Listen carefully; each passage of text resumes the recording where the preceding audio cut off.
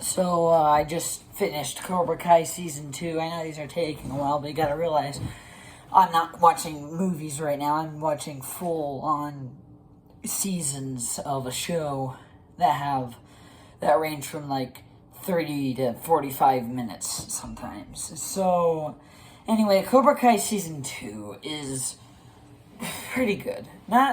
It's kind of a step down from Season 1, but that's just because so many other seasons are great. It's definitely near the bottom. Not quite, but it's definitely not where the show, it's not the show's lowest point. We'll get to that eventually. Anyway, characters. Johnny Lawrence is back, and, every character in this, by the way, feels like a continuation. Season 1 felt like a continuation of all the characters from the Karate Kid trilogy and whatnot. And the characters in this season feel like a continuation of the characters from Cobra Kai Season 1. So Johnny Lawrence is still, throughout the most of the show, he's still running Cobra Kai. But that all goes to hell. But yeah, he starts dating Carmen, Miguel's mom. So that's the thing that's being established. But just like almost every relationship in the show, they have to break up at least once in order to be a successful relationship. So, anyway, yeah, so Johnny's dating Carmen, but at the end of the season, we're getting right into spoilers, this is how I do. Right at the end of the season, he gets Cobra Kai taken away from him by the bad guy from the original Karate Kid. And you might think, well, isn't that Johnny Lawrence?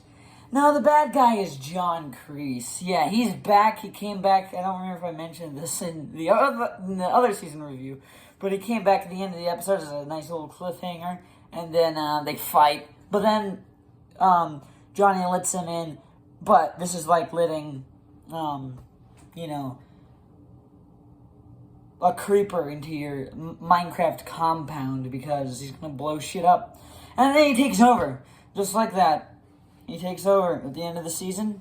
At the end of the season, Cobra Kai is under John Kreese's control.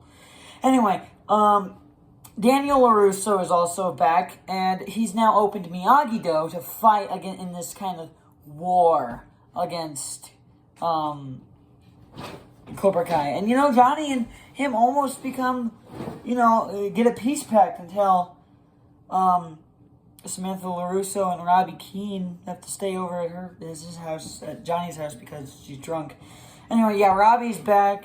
He gets better, but he also almost kills Miguel because knocks him off of there's this big school fight, basically, over... God, there's so much going on. Anyway, Robbie Keane. What happens with Robbie Keane is he knocks over Miguel over a railing onto a stairwell and gets his back broken, which puts him into a coma. So that's something that happens. That's your cliffhanger. Your cliffhanger is Miguel could fucking die. Talk about stakes. Anyway, that's the best cliffhanger right there. There is nothing better in this whole show than Miguel off the railing and John Kreese taking over Cobra Kai. The whole show rides on that. Samantha LaRusso and Miguel, broke up last season, and now Samantha is dating Robbie, and now Miguel is dating a new character who's introduced in the season, Tori, who becomes very important later, but I've heard her being described as insufferable in this season, and I mean, they're not wrong, but that's kind of the point of her character. I think that's honestly, if you're saying she's insufferable, you're complimenting both Peyton List and the writers because they succeeded. But that's not to say I don't think she's totally wrong. She's definitely mean. She's definitely a bitch. But she's not wrong about certain things. There's this whole speech about, some people have it good, but other people have to, but us, lower class, have to fight for every inch of what's ours. And I mean, are you really going to go out there and say, yeah, she's wrong about that? You can't. I'm sorry. But yeah, she's a bit of a bitch. But sometimes Samantha's a bit of one, too.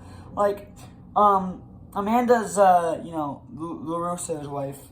Her wallet gets stolen. And first thing Sam thinks of is Tori did it, but she didn't.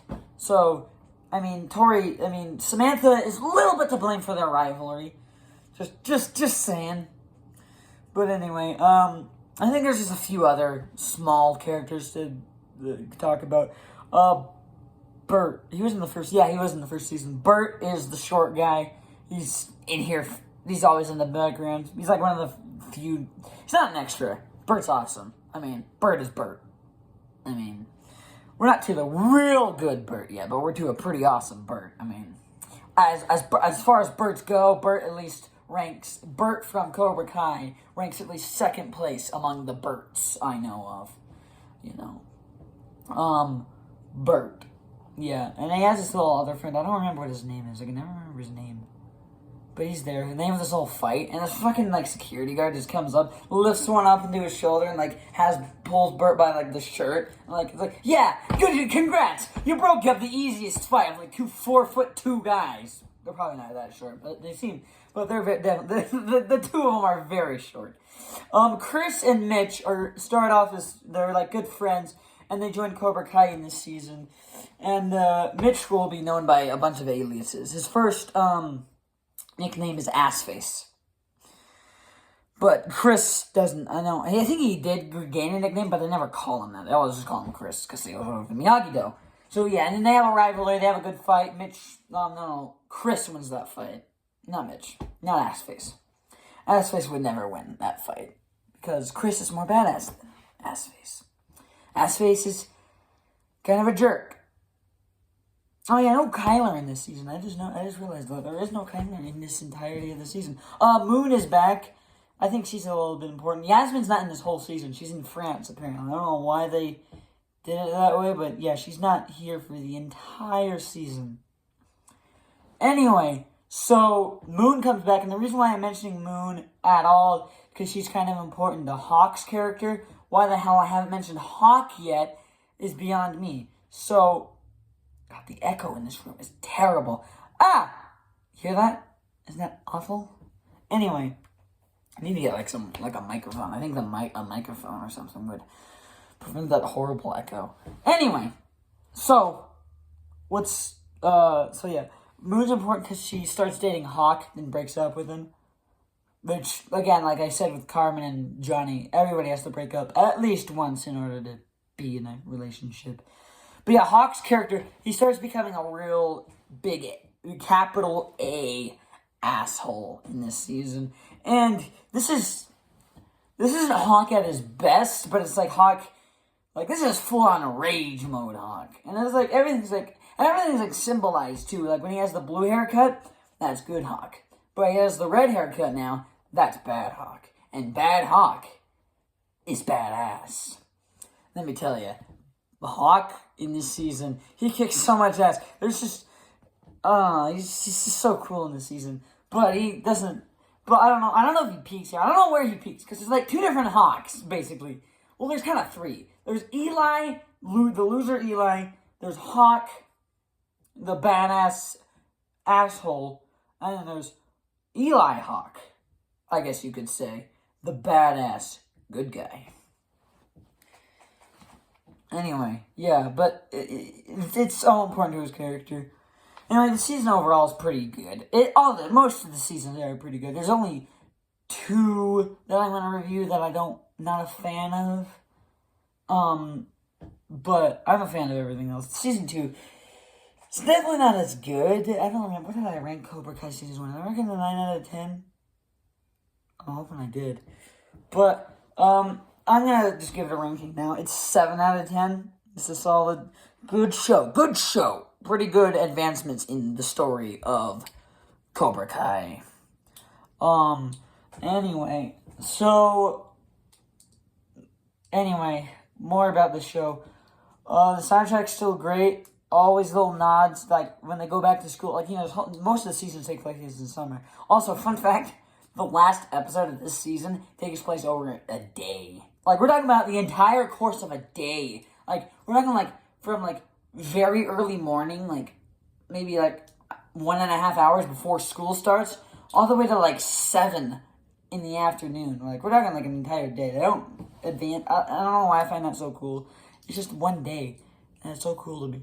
But anyway, yeah, it's a pretty good show. Standout to me, is it episode 7? Whichever one they're in the forest at Coyote Creek, wherever that is, whatever episode that is, that's my favorite episode in this season. I love that episode. I don't know why, but I've always, ever since I watched that episode, I'm like, that's a good episode right there. I love that episode. Especially the twist. Oh yeah, there's another character, Stingray. Stingray is introduced at a store. He's just some worker, and he talks about the Metallica shirt on Johnny. But then he's at this like fair where Johnny crashes fucking Ralph Macchio Daniel's performance by being more badass in Cobra Kai. But yeah. And then and it's like he thought it was really cool, so he came in and like he's like there for the whole show, like in the background sometimes. And then he even gets a nickname. His name's Raymond, but he like gets this little cut on his beard, like this little it's like a Jedi braid from like Padawans in Star Wars, and it's like he's like, yeah, I decided to flip the script Hawk style. You will now refer to me as Stingray, but everyone still refers to him as Chubbs. Other standout moments for Stingray is when he's trying to get a security position at this West Valley high school, and they're like, oh, and like the teacher and his like employer comes out, it's like, oh no, we need to do something, and the Stingray's like, don't worry, I got this. He just starts walking through, kicks a bunch of ass, like is swinging, and like helps Hawk out, helps like all these fucking kids, and like he's like assault on a minor times 4 probably. I think he beats up like 4 children. Oh, another standout episode that's not Coyote Creek. Some of the Cobra Kai gang from the original Karate Kid regroup. I think it's Jimmy, who's very background character, but he's there. Jimmy, Tommy, Bobby, and Johnny, of course. And they all reunite, and, I don't know what Jimmy's doing. There's not much about him, but who cares about Jimmy? Bobby is now a pastor at a church, and, Tommy has cancer and is dying, and they bring him out for one last crusade, but then, at the end of the episode, it's a very sad scene. He passes while they're out camping in the middle of the woods. And also quite poetically gets put in a body bag when he was, and if you don't know why that's poetic, he was screaming for Johnny to put Daniel in the body bag. This show is full of references. I don't know, did I mention this? When they go back to school, they have Cruel Summer playing after the summer. I don't think I did mention that. But yeah, that's a reference to the original Karate Kid.